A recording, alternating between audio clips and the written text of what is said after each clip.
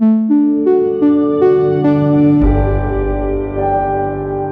Undeceptions podcast.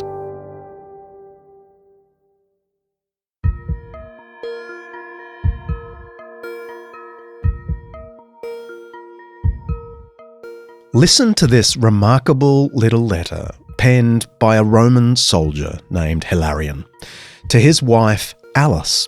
It's dated 17 June, 29th year of Augustus. That's 1 BC.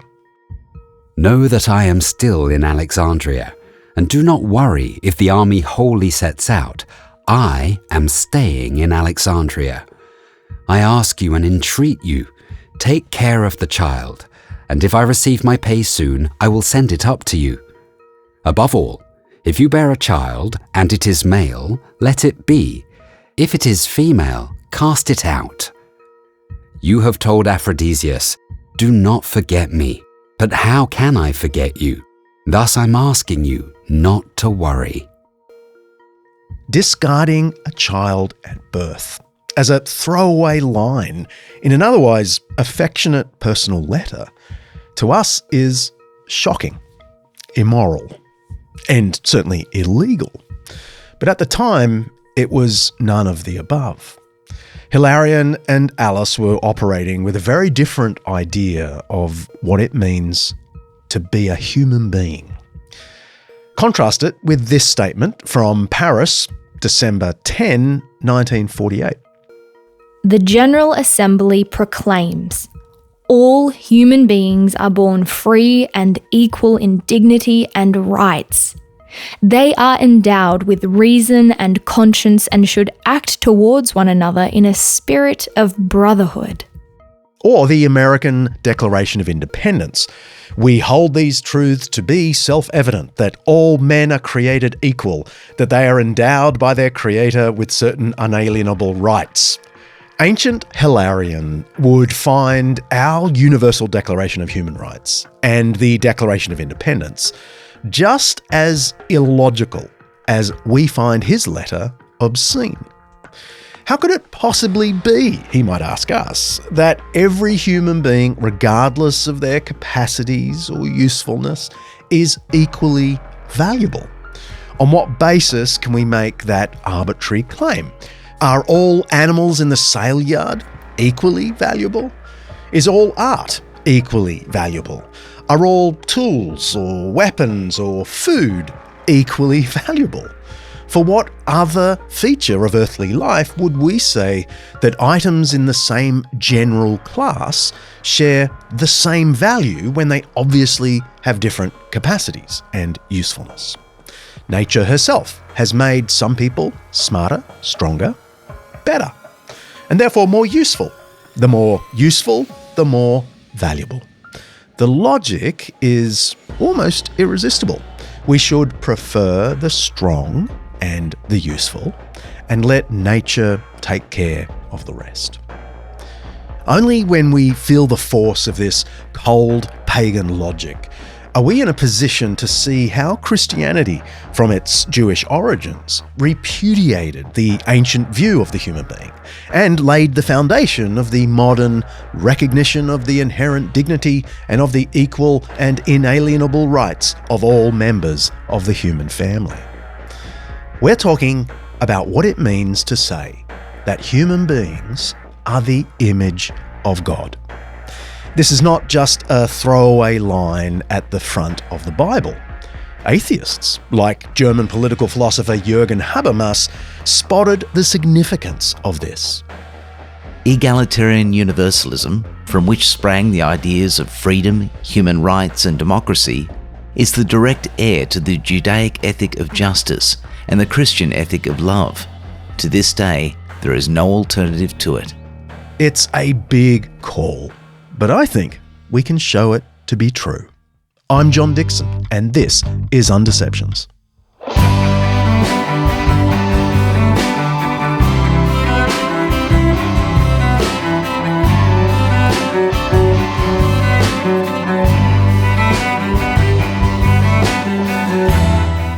This season of Undeceptions is sponsored by Zondervan Academic. You can get discounts on their special Master Lectures video courses and free chapters of many of the books that we talk about here on the pod by going to zondervanacademic.com/undeceptions. zondervanacademic.com/undeceptions.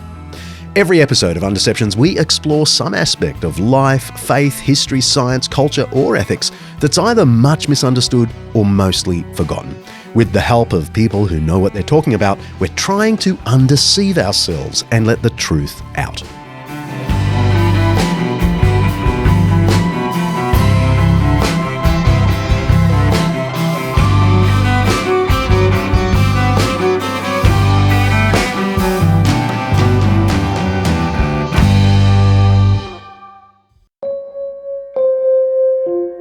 When the heavens above did not exist, and earth beneath had not come into being, there was Apsu, the first in order, their begetter, and demiurge Tiamat, who gave birth to them all.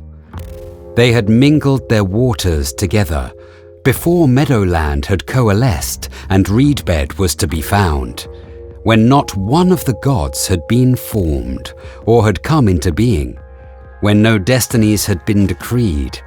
The gods were created within them. In order to see the significance of this Judeo-Christian view of humanity, we first have to think like an ancient pagan.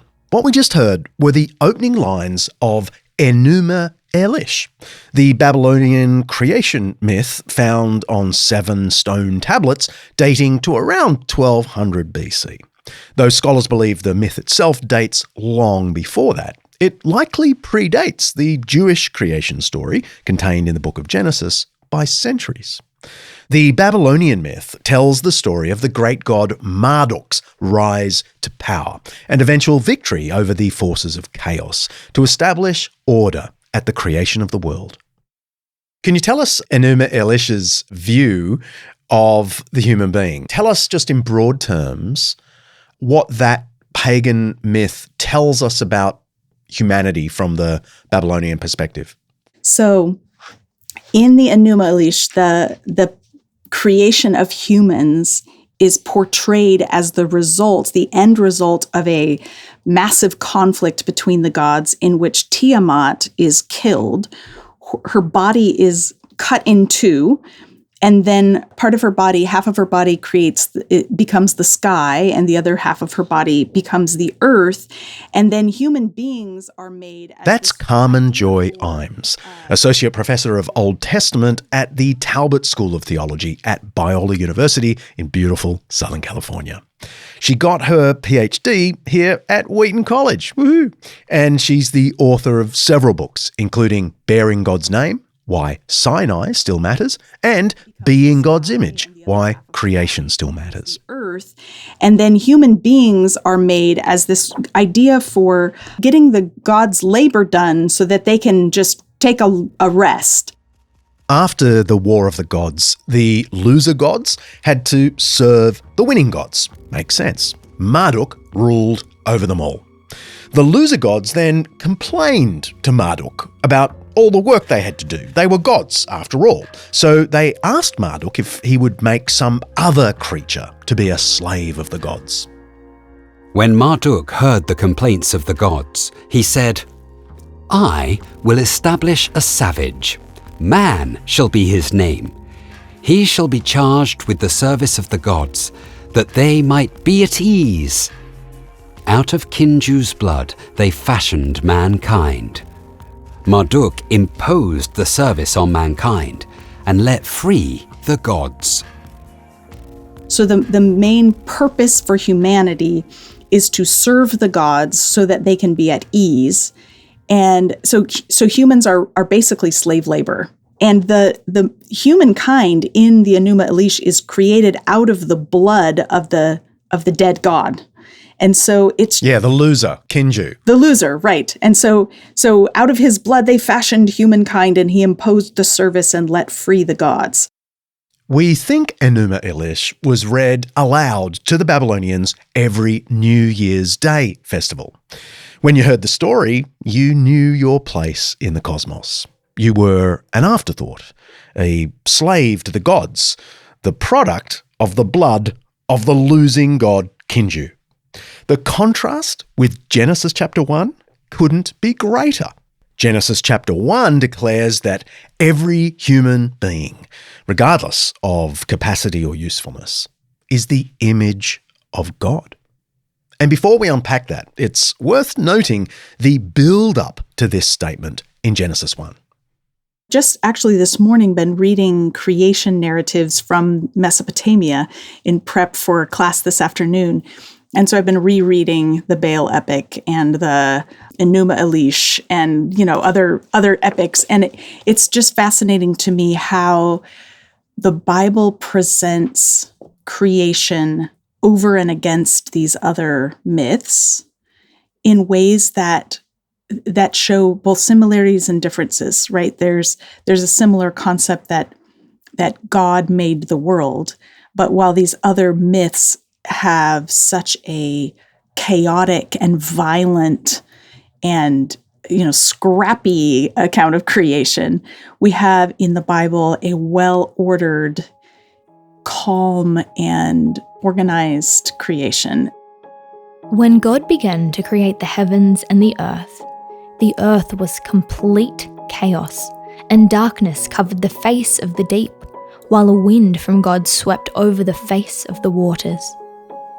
And then begins a kind of choreographed dance through each stage of creation. There's 4 parts: a divine command, the fulfillment of the command, an elaboration of the command, and then the closing day formula, repeated through the whole chapter. It's like a dance. 1, 2, 3, 4. 1, 2, 3, 4. Then God said, "Let there be light." And there was light. And God saw that the light was good. And God separated the light from the darkness. God called the light day, and the darkness he called night. And there was evening and there was morning, the first day. In your book, you talk about how it's almost like a canvas and a work of art. So day 1 is like a canvas, and that corresponds to day 4, where the things are painted onto the canvas. Day 2 is the canvas, and then day 5 is the painting on the canvas. Yeah. It's delightful. And God said, "Let there be lights in the dome of the sky to separate the day from the night, and let them be for signs and for seasons and for days and years. And let them be lights in the dome of the sky to give light upon the earth." And it was so. God made the 2 great lights, the greater light to rule the day, and the lesser light to rule the night, and the stars. God set them in the dome of the sky to give light upon the earth, to rule over the day and over the night, and to separate light from the darkness. And God saw that it was good. And there was evening and there was morning, the 4th day. Yes, and I had been a Christian for a very long time, and I had gone to church very religiously and been through Bible college before I even noticed the symmetry between days 1 and 4, 2 and 5, 3 and 6. And I hadn't realized, I just had been told so many times that creation is where God made stuff, that I didn't notice that days 1, 2, and 3, he's not actually making stuff as much as he's creating domains that he will later populate. And then days 4, 5, and 6 are the population of those domains. So you have the creation of light and dark on day 1, but then those 2 realms are populated by the sun, moon, and stars on day 4. And I hadn't realized that those 2 match. And then on day 2, God is creating sky and water. So he creates an envelope of air into which something might be able to breathe. And then on day 5, he creates birds to fly in that air and fish to swim in the sea. And it isn't until day 3 that you get dry land, which is the preparation for day 6, the residents of day 6, which are the animals and the humans. So it's really remarkable how well organized the days of creation are and how they prepare us to see God as creator in a I want to say in a liturgical light, that this chapter is celebrating the work of God as creator in a very ordered way. Yeah. When I was a teenager, Carmen, you won't believe this, in English class, I was that annoying kid who used to say to the teacher, "Shakespeare's stupid." I'm shocked, John. This is shocking to me. And she just smiled at me, and I never really knew what the smile meant until I began to learn about Shakespeare and realized how incredible that literature is. Yeah. And it's the same with the Bible. You know, Yeah. I was also the kid at 16 who said, the Bible's stupid. But actually, it's a pretty sophisticated text. Think back to that carefully choreographed structure that I mentioned. God speaks a command, the command is fulfilled, he elaborates by naming or separating, and then the day comes peacefully to an end. Well, in day 6, this pattern breaks down. We would expect the scene to begin, "Let there be mankind," just as we've heard, "Let there be light," or "Let there be plants." But there's no command here. The whole thing pauses. And I mean no disrespect to the Almighty, but God talks to himself. Then God said, "Let us make humans in our image, according to our likeness, and let them have dominion over the fish of the sea, and over the birds of the air, and over the cattle, and over all the wild animals of the earth, and over every creeping thing that creeps upon the earth." So God created humans in his image. In the image of God, he created them. Male and female, he created them. God blessed them, and God said to them, "Be fruitful and multiply, and fill the earth and subdue it, and have dominion over the fish of the sea, and over the birds of the air, and over every living thing that moves upon the earth." Not "let there be mankind," but "let us make mankind." It's a literary break. It's a reflective pause. In songwriting terms, it's a key change or a mid-8. It's designed to emphasize the uniqueness of humans in their creation. In Enuma Elish, humans were the last thing mentioned because they were an afterthought. In Genesis, it's because they're the climax. In Enuma Elish, humans were created for servitude, to provide food for the gods. In Genesis, they're made to rule on God's behalf, and indeed God provides food for them. In Enuma Elish, humans are made out of the blood of the loser god, Kinju. In Genesis, they're made as the image of the one God. Even if we didn't know exactly what the expression image of God meant, we know Genesis 1 is saying there's something pretty special about human beings. But the thing is, we do know what the expression image of God means. So at the climax of chapter 1, we read those words, "So God created humankind as his own image. As the image of God, he created them, male and female, he created them." So first, before we talk about what the image of God is, right, talk us through what it isn't, starting with the good old idea that it refers to our rational capacity. The language of image, to call human beings the image of God, is not something intangible, but it's actually concrete. So what's happened over history is that people have said, okay, the image of God, that must be something very exalted. And so they've taken a basket and they've labeled it with image of God, and then they've put in the basket anything that makes humans different from animals. So we're more rational than other animals. We're more relational. We have a moral compass. These things must be what it means to be the image of God. Instead of looking at what does the Bible actually mean by the word image and how is the grammar functioning.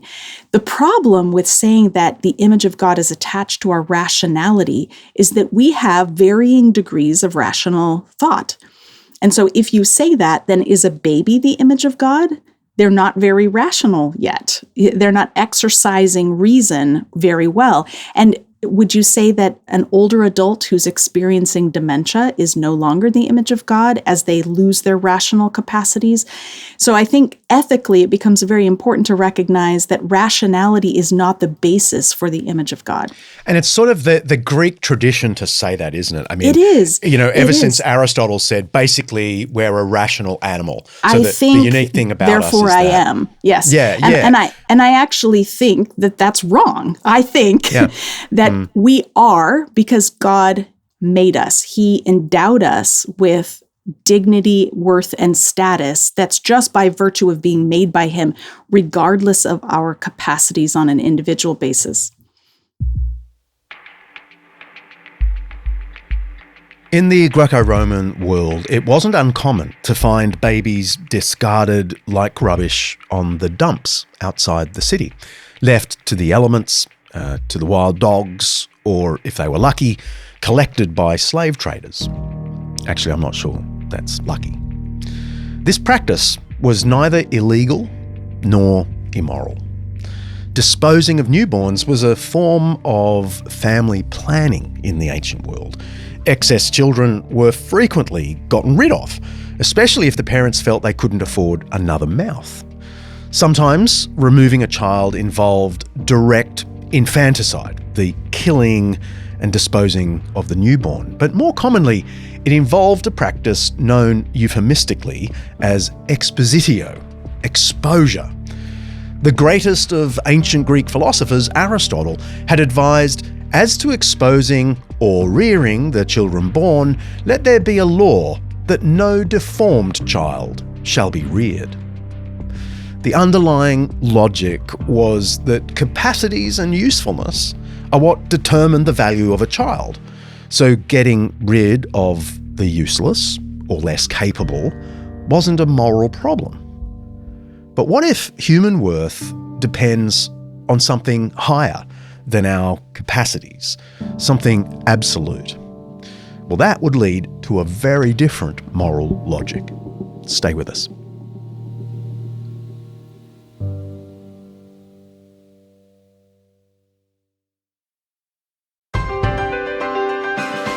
This episode of Undeceptions is brought to you by Zondervan Academic and their new book, Ask of Old Paths by Grace Harman. Grace is a brilliant medieval scholar, and in this book, she highlights how medieval writers engaged with the 7 virtues and vices. These are ideas that sound a little boring and stuffy to us now, like chastity, slothfulness, avarice, meekness, and so on, but only because we've forgotten what these old thinkers said about this amazing stuff. Grace has a knack of showing how impactful these things were and can be today. The best thinkers of the Middle Ages were experts at what you might call slow thinking, unlike our frantic, shallow approach. And their reflections on a life well lived, I reckon, can provide a path to a much healthier pattern of life for us. Dr. Harman doesn't turn this into pop self-help. Thank the Lord for that. She lets the strangeness of medieval authors shine through. But in the end, we're left with something weird and wonderful, old and fresh. I absolutely recommend this book to our listeners, Ask of Old Paths by Grace Harman. Head to zondervanacademic.com/undeceptions to find out more. That's zondervanacademic.com/undeceptions.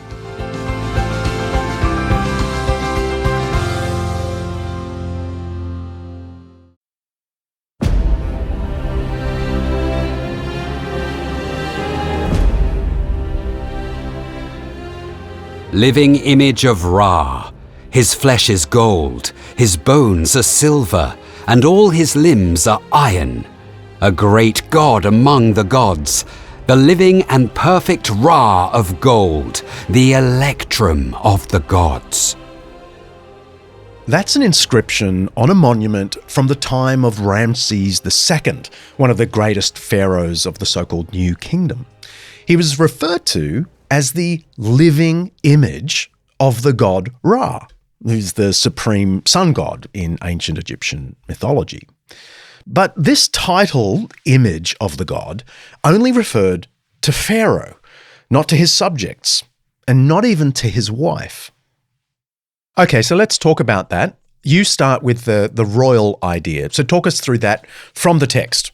Why does image of God have something to do with us being queenly, kingly? Yes. So right from the beginning, it says, let us make humankind as our image, as our likeness, so that they may rule. So there is a sense the rulership is baked right in to the very beginning. Now, I don't think that ruling is what makes us the image.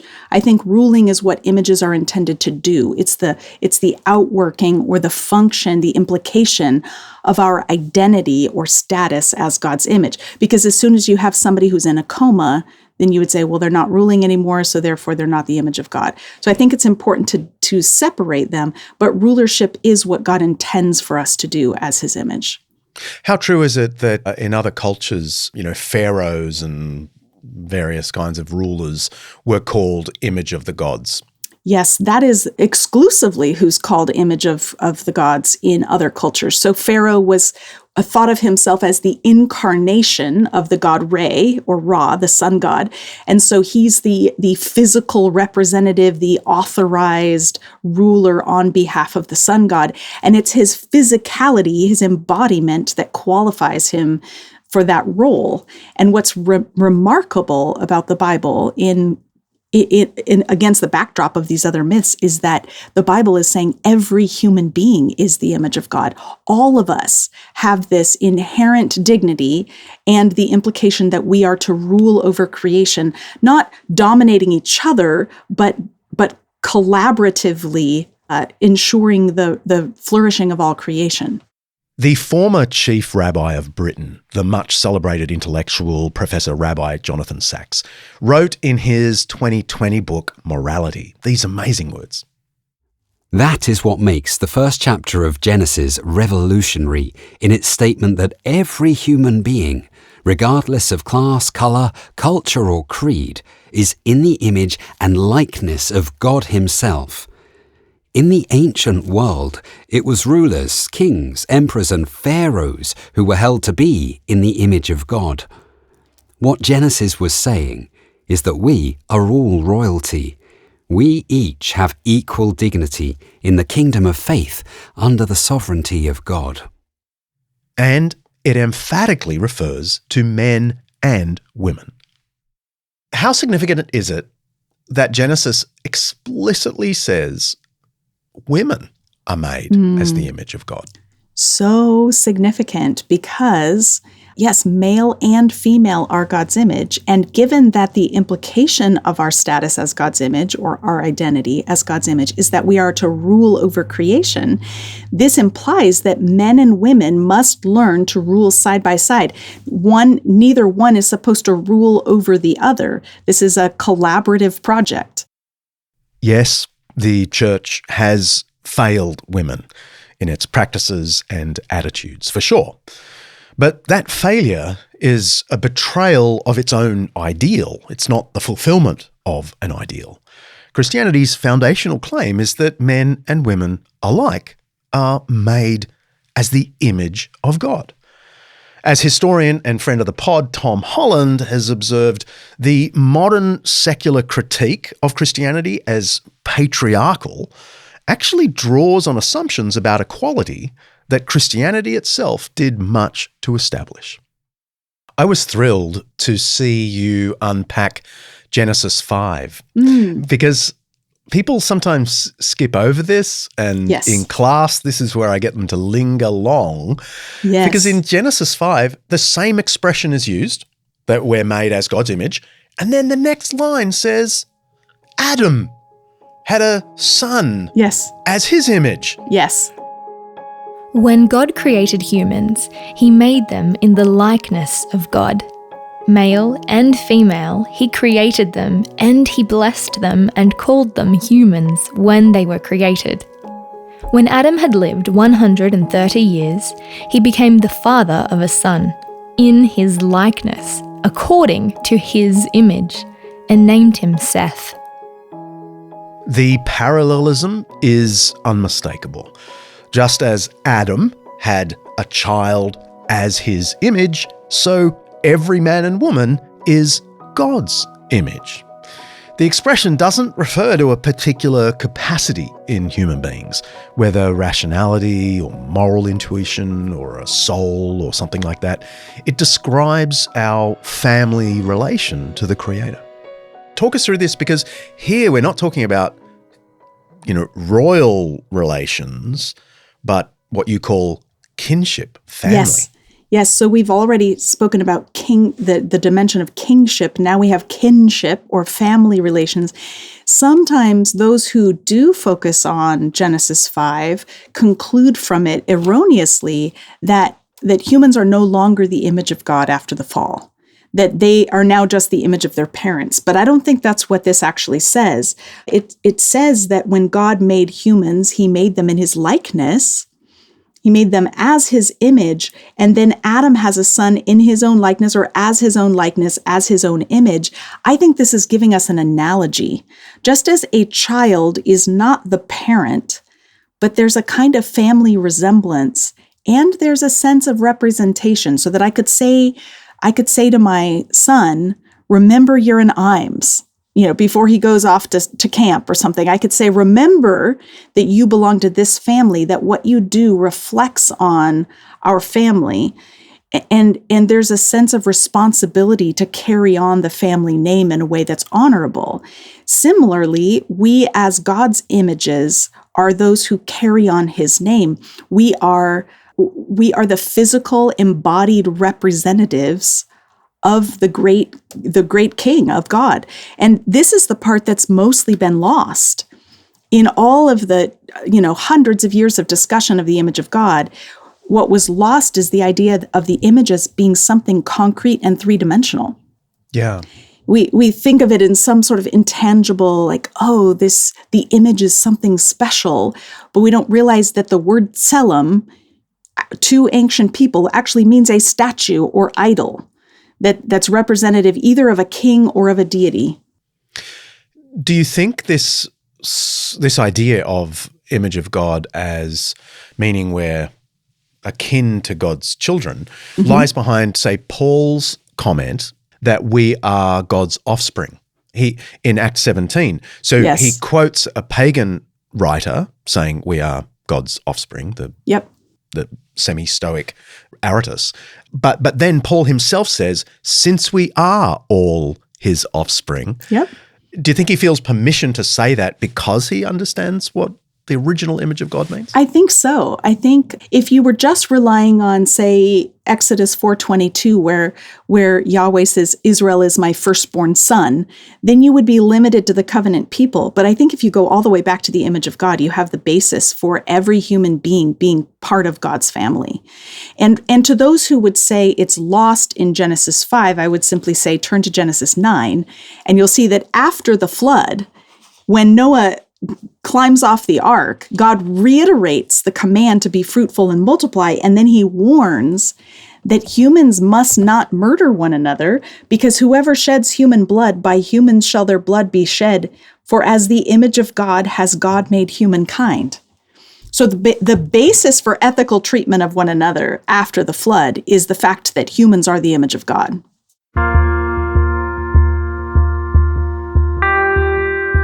Let's press pause.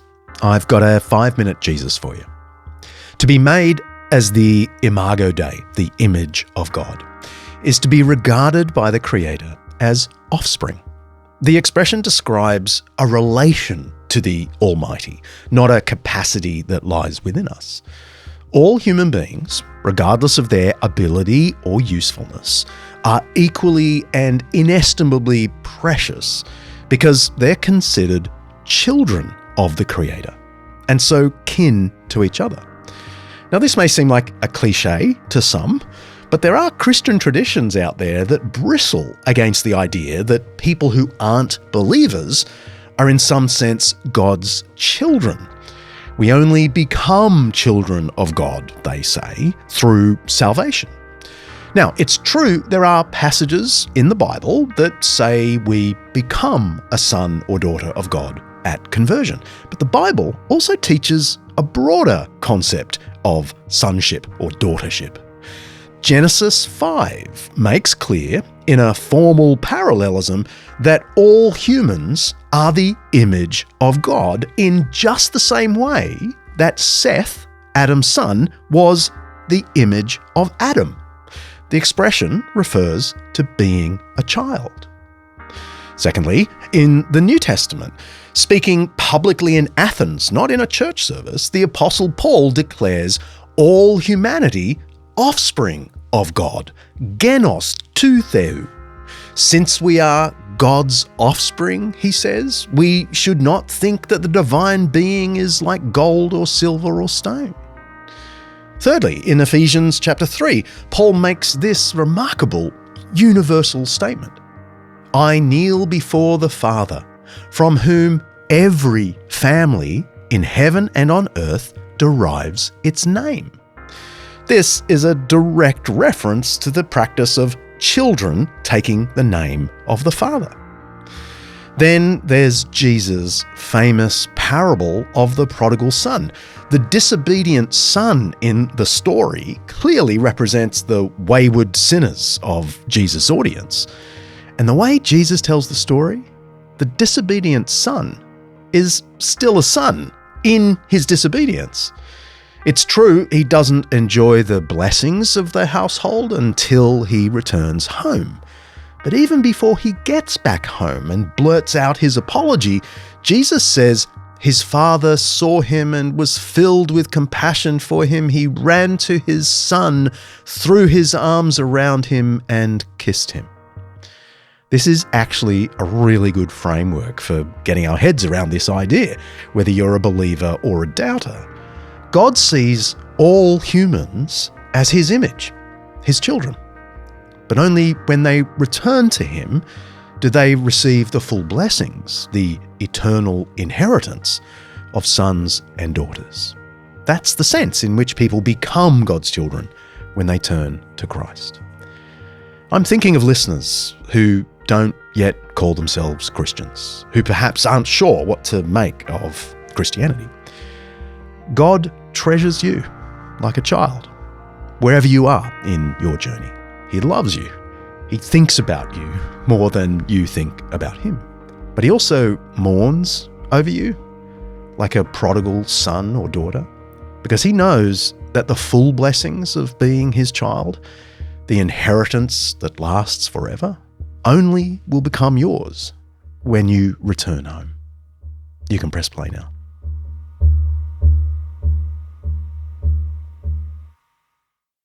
Hey, Carmen, some critics listening to this might call all of this sort of religious anthropomorphizing, that humans are projecting themselves onto the sky and imagining God is like them. That's what that image of God means. How do you respond to that? I would say that this is true of the cultures around ancient Israel. They really do have very anthropomorphized views of the gods. They are like giant humans. They're just a lot bigger, so their needs are a lot bigger. They need food, they need drink, they need sex. They're very difficult to please. They don't like to work. They want humans who will do the job for them. And so it's clear in those contexts that they just imagine the gods as being giant toddlers, if you will, throwing temper tantrums and such. In the Bible, we have a demonstrable difference between the God who creates and us who are created as his image. And so while there are some similarities, the differences far outweigh them. And one thing that's really striking about the description of humans as God's image is that it exalts us in one sense, that we're above the animals and we rule creation on God's behalf. But it also demotes us if we were thinking that we are going to be divinized. And so it actually puts us in our proper place. We are not just dirt, but we are also not God. We are the image of God, which means we're on mission to represent God among the nations, not to build kingdoms for ourselves. And so I love the way that the Bible exalts humans, but also keeps us in our place and continually reminds us that, we're not God and God is exalted far above us. All of this has immediate social implications. It means I'm to treat other human beings as having the inestimable dignity of offspring of the Creator. The Bible makes this ethical connection really early on. The third time we hear the expression image of God is in Genesis chapter 9, just after the story of Noah and the flood. And it gives the rationale against murder. Whoever sheds human blood, by humans shall their blood be shed. For in the image of God has God made humans. In the New Testament, Jesus' half-brother, James, says we must not dare praise our Lord and Father and yet curse human beings who have been made in God's likeness. That's chapter 3, verse 9. A newborn girl in June 1 BC may have been a mere inconvenience to the Roman soldier Hilarion, but she mattered to God. And one of the striking things Christians did in their first few precarious centuries is confront infanticide head on.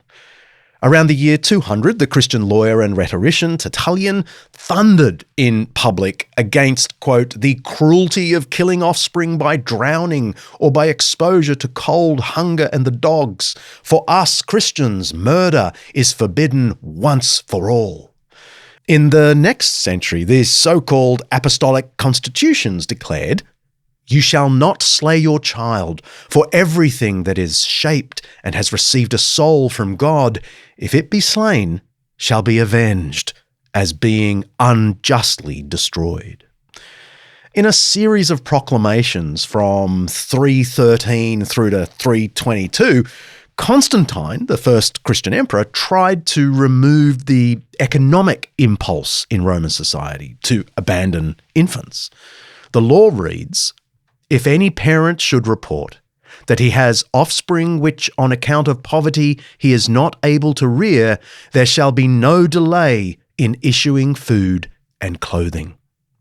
Constantine actually used the churches as the welfare distribution centres for this particular program. Christians even collected abandoned infants and cared for them as their own. We know that pious women like Macrina the Younger, the sister of the more famous Gregory of Nyssa, ran campaigns to save abandoned children. She lived out her years in a community of other contemplative women who studied, prayed, worked a farm to sustain themselves, and together they rescued infants that had been thrown away. They raised these children within the community. And there's this poignant description of the mourners at her death, which was written by her brother Gregory himself, who was there. He says that no one cried louder than the now grown-up women who had been rescued by Macrina. Let me read it. Even more vehement than the others was the grief of those who had called her their mother and nurse. These were the ones whom she had rescued when they had been exposed by the roadside at the time of the famine. She had nursed them and reared them and guided them. Finally, after 300 years of trying to persuade Rome, killing an infant became a form of homicide in Roman law in AD 374. And this happened wherever Christianity spread. They proclaimed the image of God in every human and overturned the ubiquitous practice of infanticide. Even the Vikings who'd practiced infanticide every bit as much as the Greeks and Romans had, outlawed the practice when they became Christians in a law we can date to 1024.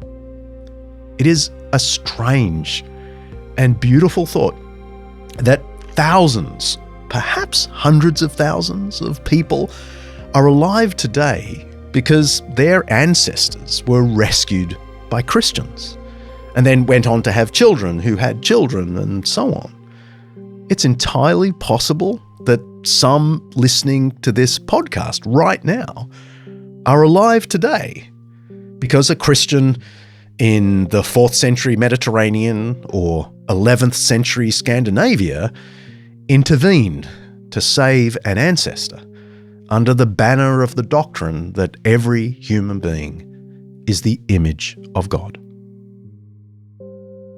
And this has such tremendous implications for every area we can think of. It combats ageism and sexism and racism and ableism and all of the isms that we might imagine. In fact, probably all the isms in our world are a fruit of or a feature of the failure of humans to embrace this doctrine of the image of God. Yeah. So what would you say are the... Can I get you to give me 3 of the most profound ethical implications of this doctrine? Yeah, I think it has really profound implications for the way that we think about disability.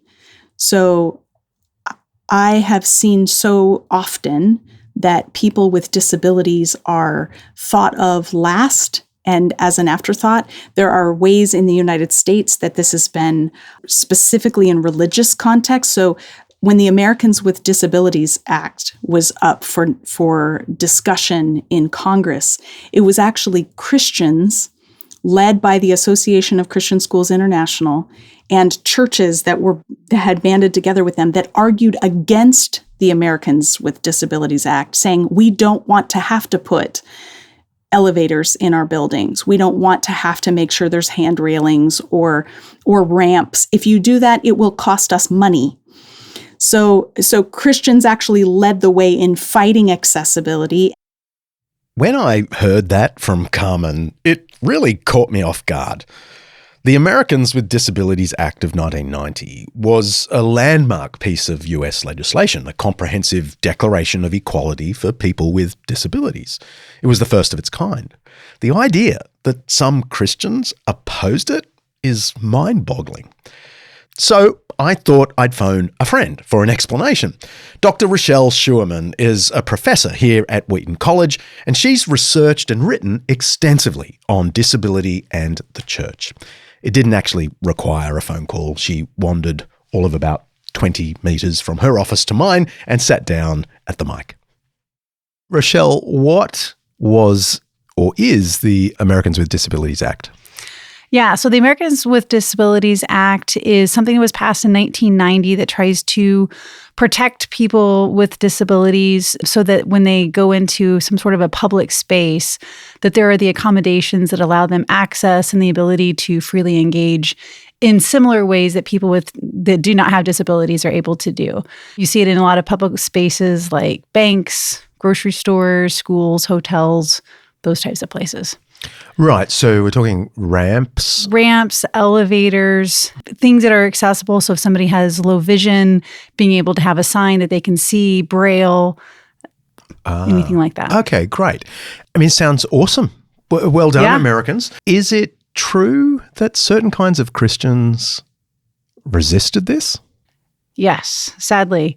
You had a lot of Christian organizations that banded together seeking an exemption from the Americans with Disabilities Act, and they were actually successful in lobbying for that. So to this day, churches and also church-run institutions like church daycares, schools, youth camps are not required to abide by the ADA. Okay. I mean, that just spins me out. What were their arguments?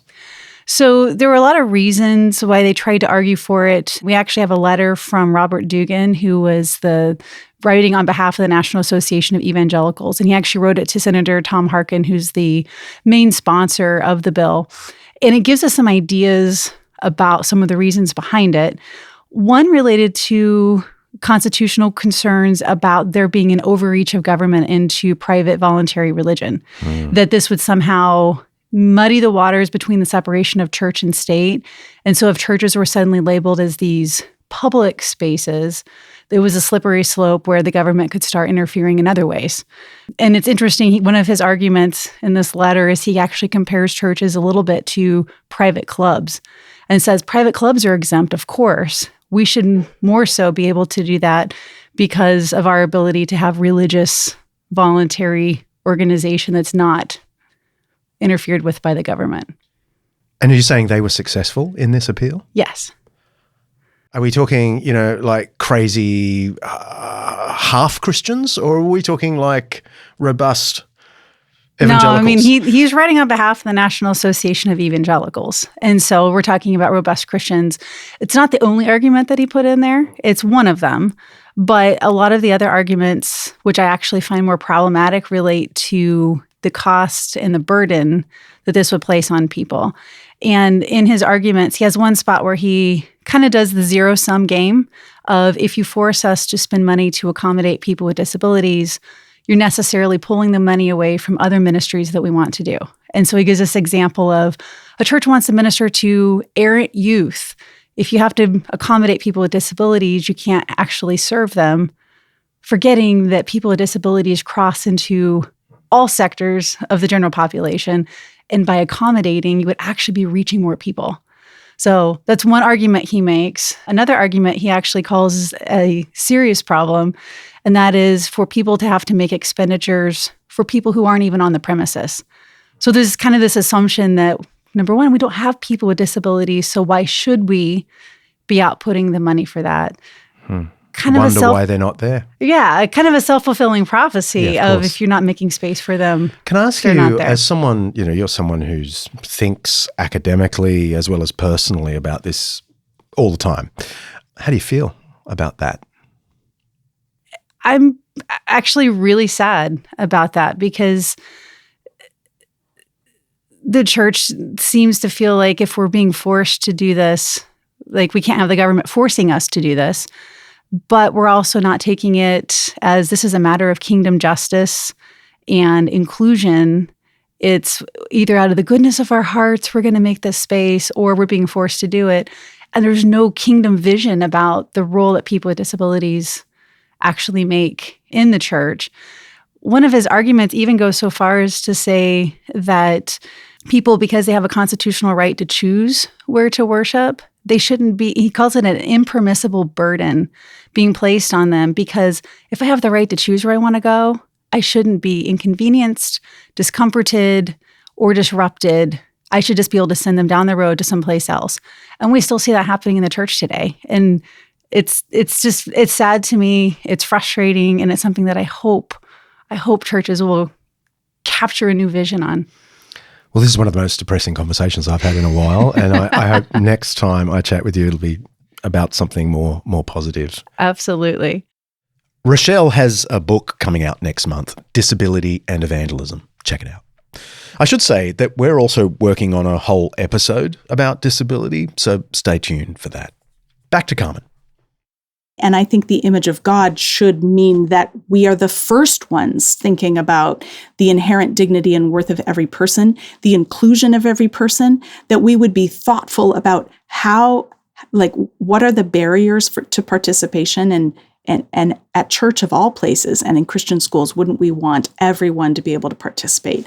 So that's one area. It's almost as if the church isn't always consistent in its practice. Almost like that. Another area of ethical implications would be pornography. I'm thinking of our culture's rampant hunger for sexual satisfaction and the way that pornography objectifies the human body, usually female bodies, but there's objectification of men too in pornography, and this idea that I should be able to get my needs met whenever I want to. And that whole industry, which is a multi-billion-dollar industry, is capitalizing on vulnerabilities of men, women, and children. and in order for some other consumer's so-called benefit. I'm glad you raised this, because the chief evil in pornography isn't naughty pleasure or something. It's precisely this issue of what is the status of that human being? Yeah, it's objectification. Yeah. I should be able to watch someone do things to you, and that should bring me pleasure. It's a training of the brain to think of the opposite sex as a tool or an instrument of pleasure instead of a person made as God's image. I think it's really serious. Popping in again, Oh, sure. because producer Kaley wrote it, insisted I do it, to say there's a whole Undeceptions episode on pornography. Episode 43, she assures me. There's a link in the show notes. Have you got a third implication for us? Oh, sure. I mean, I know you could go all day, but just give us a third and I want to move us on.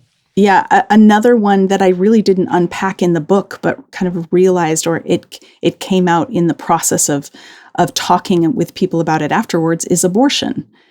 So I didn't set out to write an anti-abortion book, but once you decouple the idea of the image of God from capacity, if it really is our embodiment that makes us God's image, then suddenly you have to ask, well, how much of a body do you have to have? Like, if we consider infants to be the image of God, infants who lack certain capacities, they might have potentialities, but those capacities aren't realized yet. If we say, no, your human embodiment qualifies you as God's image, then what's to say that being still in the mother's womb, there's not already that identity, God-given identity of dignity and worth? And how far back do you turn the clock? At what point of gestation do you qualify? And I would say as soon as you have a human body, which to me is as soon as there are cells dividing, and those cells are human cells. They're not the cells of a rabbit or a dog or some other species.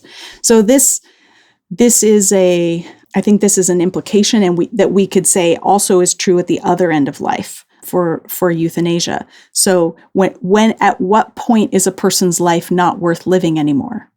If you decouple the image of God from capacity or from productivity or efficiency or even from happiness, then there is inherent dignity and worth in every human being, regardless of whether they're contributing to society, regardless of whether they're experiencing a full-fledged, able-bodied life. And we can't always put our finger on, like, what is God's purpose in this suffering? But we can say your life has purpose, your life has meaning because you are God's image, regardless of what you're able to do. These are huge implications, and we can't deal with them all in this show. But as producer Kaley tells me to say, we do have whole episodes on each of these topics. On abortion, that show's called Pro-Life, episode 49, and one on euthanasia, simply called Against Euthanasia, episode 76. But being made in the image of God doesn't just impact conservative issues. This is an interesting example of how Christianity is neither left-wing nor right-wing. Christianity, well, in a sense, it's both, right? And left-wing and right-wing in our modern terms are both heresies. They're both the splitting apart of things, because the church has, from our earliest texts, been against abortion, right? Precisely on this grounds. On these grounds, image of God.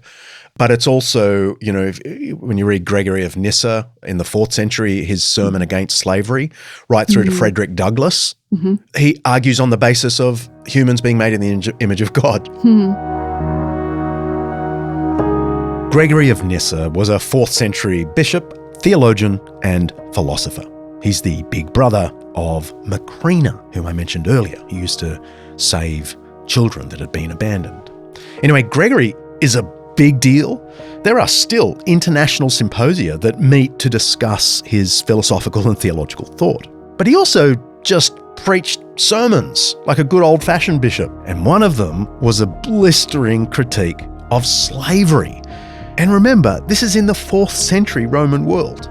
Imagine being a slaveholder in his church one Sunday morning and hearing this. You condemn man to slavery when his nature is free and possesses free will, and you legislate in competition with God, overturning His law for the human species. The one made on the specific terms that He should be the owner of the earth, and appointed to government by the Creator, Him you bring under the yoke of slavery, as though defying and fighting against the divine decree. By dividing the human species in two with slavery and ownership, you have caused it to be enslaved to itself and to be the owner of itself. For what price? Tell me. What did you find in existence worth as much as this human nature? What price did you put on rationality? How many obols did you reckon the equivalent of the likeness of God? How many status did you get for selling the being shaped by God? God said, "Let us make man in our own image and likeness." Genesis 1:26. Whenever a human being is for sale, therefore, nothing less than the owner of the earth is led into the sale room. But has the scrap of paper and the written contract and the counting out of obols deceived you into thinking yourself the master of the image of God? What folly! Gregory of Nyssa, Homily 4 on Ecclesiastes. So this one doctrine actually gives us a pretty comprehensive left and right and everything in between ethical system. That's right. Yeah. So last year I spoke at a conference with Miroslav Volf, and he said something really profound along these lines. He said, Christians should be the most unreliable political allies. Boom. And I think his point is that there are issues on both sides of the aisle that we should care very deeply about.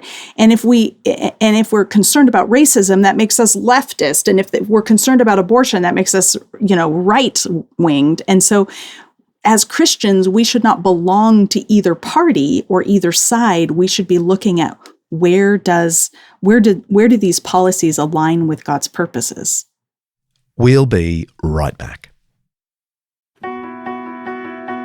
In beautiful Lebanon, over 1 million people have been displaced by regional conflict. People living in southern Lebanon and around the capital Beirut have been particularly affected. I got to visit that amazing region a few years ago, and boy, I love what aid agencies are doing, like Anglican Aid. They've launched an emergency fund in response to the recent crisis. Donations will help on-the-ground partners provide basics like clothing, mattresses, and food for people living in makeshift camps. One of these partners said, "This war, as ugly as it is, gives us an opportunity to reach out to these people with the love of Christ." Please head to anglicanaid.org.au/undeceptions. That's anglicanaid.org.au/undeceptions. Please support this urgent work. Thanks.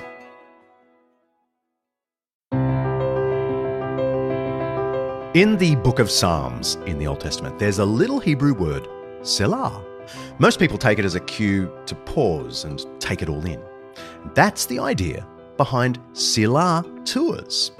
They're for people who want to slow down and explore the extraordinary history of Christianity, not just in books, but on the ground. These trips are more than a holiday, and they're much more than a pilgrimage. They are thoughtful, guided journeys through some of the most significant places in Christian history. Experiences that engage the body, the mind, and for many, the soul. And the memories really do last a lifetime. You can walk in the footsteps of remarkable figures like the Venerable Bede across Scotland and northern England. You can trace the route of the Apostle Paul through Turkey, Greece, Malta, and Rome. You can book your trip now at selah.au. That's SELAH.au.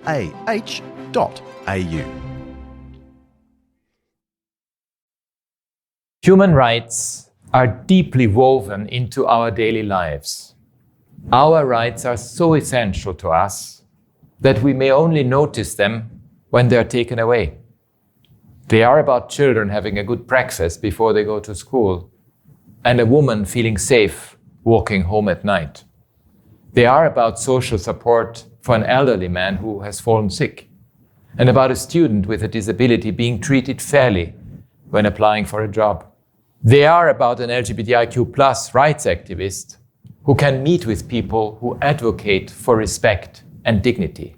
And they are about justice for prisoners who have been tortured in a war zone.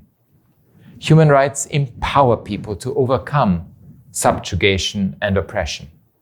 Regardless of who we are, where we live, or what we do, we all want the same things: safety, dignity, and freedom. Many of today's social movements are driven by these values. Young people in particular are determined to dismantle every brick in the wall of injustice. In this, they are writing the latest chapter of the struggle for freedom, equality, and dignity that began centuries ago. That's the United Nations High Commissioner for Human Rights, Volker Türk, in a YouTube video marking Human Rights Day in 2025. Human Rights Day commemorates the anniversary of the adoption of the Universal Declaration of Human Rights in Paris on December 10, 1948. All human beings are born free and equal in dignity and rights.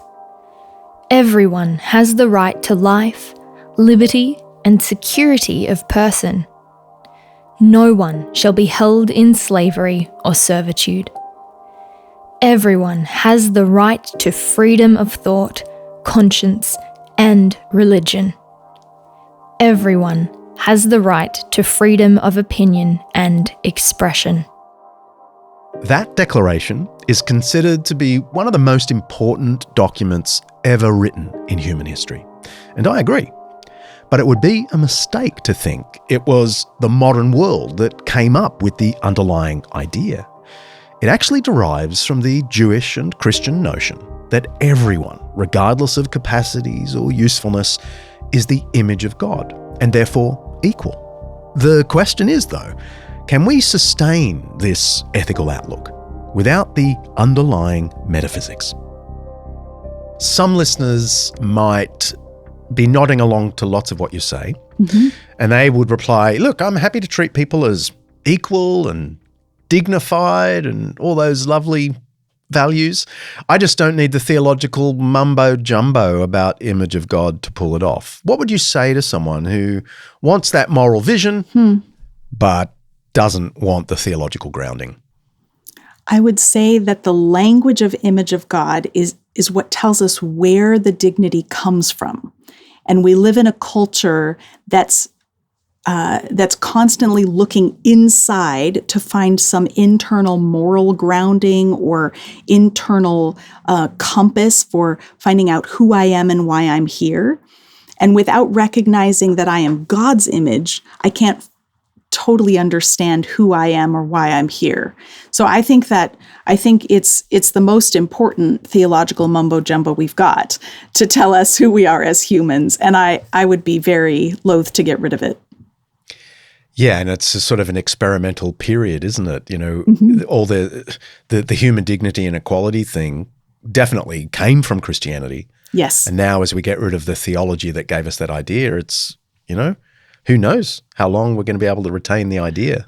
Well, and what happens is there's this constant process of remaking myself. If I lose the theological grounding, it's I am whoever I am today. And I've even heard about elementary school teachers who go around the classroom and have students identify themselves freshly every month, because you might identify differently this month than you identified last month. And we want to keep up with how you're defining yourself so that we can fall in alignment with that.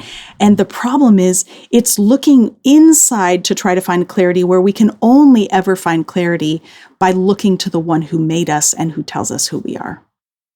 In a previous episode, I asked a similar question to the uber-popular British historian Tom Holland, author of Dominion, The Making of the Western Mind, and co-host of the phenomenal podcast, The Rest is History.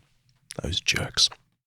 Do you think we need a living Christianity in our society, you know, thriving churches, to sustain these Western ideals that you say come from Christianity?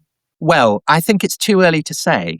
What I do think is that we are currently living through a process of cultural and moral and spiritual change that can only really be compared to the Reformation. So I think we're living through a new Reformation. And I think that the 1960s will be seen as a period transformational in the history of Christendom, analogous to the 1520s. I think a crucial part of the process of change that the 60s really kind of kicked off is the legacy of the Nazis and the Second World War. Because I think it's not a coincidence that it's as the kind of dawning realization of what exactly the Holocaust had been, that you start to get kind of precipitous decline in church attendance across Western countries. And one of the reasons for that is that basically, in a sense, you don't need the Christian story anymore to be taught Christian values, because the Nazis do it for you. Because the Nazis are so decisively opposite to Christian teaching that in a way they kind of provide an incredibly potent morality story. So whereas before the Second World War, people in the West would say, they want to know what to do. What would Jesus do? And then they do it. Now people in the West say, what would Hitler do? And do the opposite. And in a sense, the kind of the malign glamour of the Nazis is so strong that it's kind of blotted out the great narrative of Christian mythology. So instead of Satan, you have Hitler, and instead of the devils, you have the Nazis, and instead of hell, you have Auschwitz. And I think that basically serves to kind of instill Christian values, that you should care for the unfortunate, that you should care for those who are not like you, that racism is the ultimate evil. These are ultimately Christian values, but because they're mediated through the history of the 30s and 40s, they've taken on a kind of new incarnation.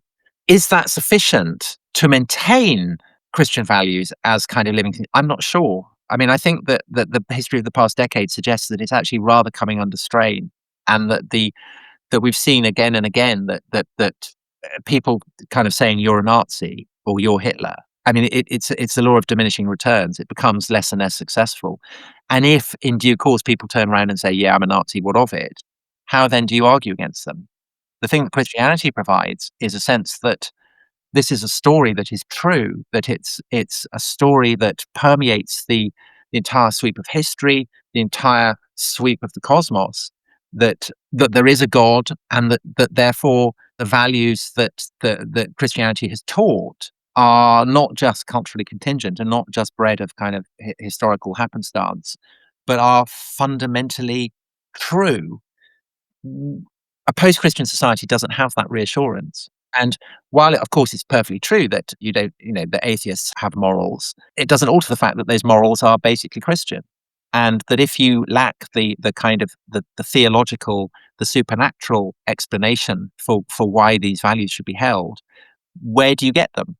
And I think the intellectual history of the past few decades has basically been a kind of a gathering attempt to try and explain Christian values and Christian teachings in ways that do not depend upon Christianity being true.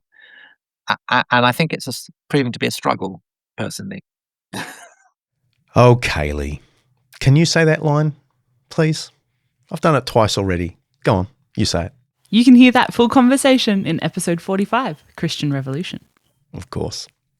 In a more academic setting, Nicholas Walderstorff of Yale University has traced the concept of human rights directly to the doctrine of the image of God.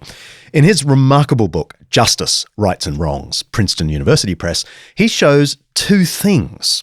Historically, that the use of rights language goes back not to 19th century or 18th century Enlightenment thinkers, but to the 13th century church lawyers who were discussing the rights of the poor as outlined in Scripture and the Church Fathers. The other thing he shows is philosophically that the concept of inherent human rights can only be rationally grounded on religious convictions. He writes this: "It is impossible to develop a secular account of human dignity adequate for grounding human rights. Or to speak more cautiously, given that after many attempts," and he actually goes through Kant, Dworkin, Gerwith and so on, no one has succeeded in developing such an account, it seems unlikely that it can be done. By contrast, he says, the biblical notion of the image of God did it, and does it still. I quote, "If God loves equally and permanently each and every creature who bears the imago Dei, then the relational property of being loved by God is what we have been looking for in our search for the grounds of inherent human rights. Bearing that property gives to each human being who bears it the worth in which natural human rights inhere." That's a fancy pants way of saying what the Bible says. The value of human beings is not subjectively tied to their capacities or usefulness, to their value add to me or the group. Human value is objectively tied to our status as God's image, God's children. You matter. That's it. You matter. Regardless of capacities and usefulness, you matter to God. It feels fitting to close with C.S. Lewis, who ended a sermon at St. Mary's Church in Oxford in 1941 with these amazing words. And I've stood in that church beneath the pulpit where he preached this and rehearsed these words in my mind. There are no ordinary people. You have never talked to a mere mortal. Nations, cultures, arts and civilizations, these are mortal. But it is immortals whom we joke with, work with, marry, snub and exploit. This does not mean that we are to be perpetually solemn. We must play. But our merriment must be of that kind, and it is, in fact, the merriest kind, which exists between people who have, from the outset, taken each other seriously. And our charity must be a real and costly love, with deep feeling for the sins in spite of which we love the sinner. Next to the Blessed Sacrament itself, your neighbour is the holiest object presented to your senses.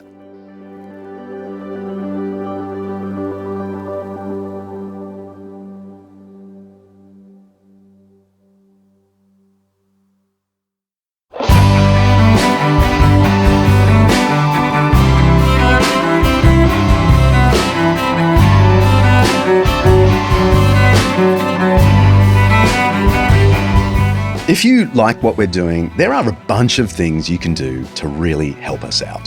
You can go to Apple Podcasts and give us a review. Or you can go to undeceptions.com and pick up one of our t-shirts from the store. You can become an Undeceptions Plus subscriber and get access to a bunch of extras and our special Facebook group. And if you really want to help our team, please consider making a donation. Go to undeceptions.com, click the oversized yellow donate button and see where the wind blows. While you're there, send us a question by audio or text and I'll try and answer it in the upcoming Q&A episode. See ya.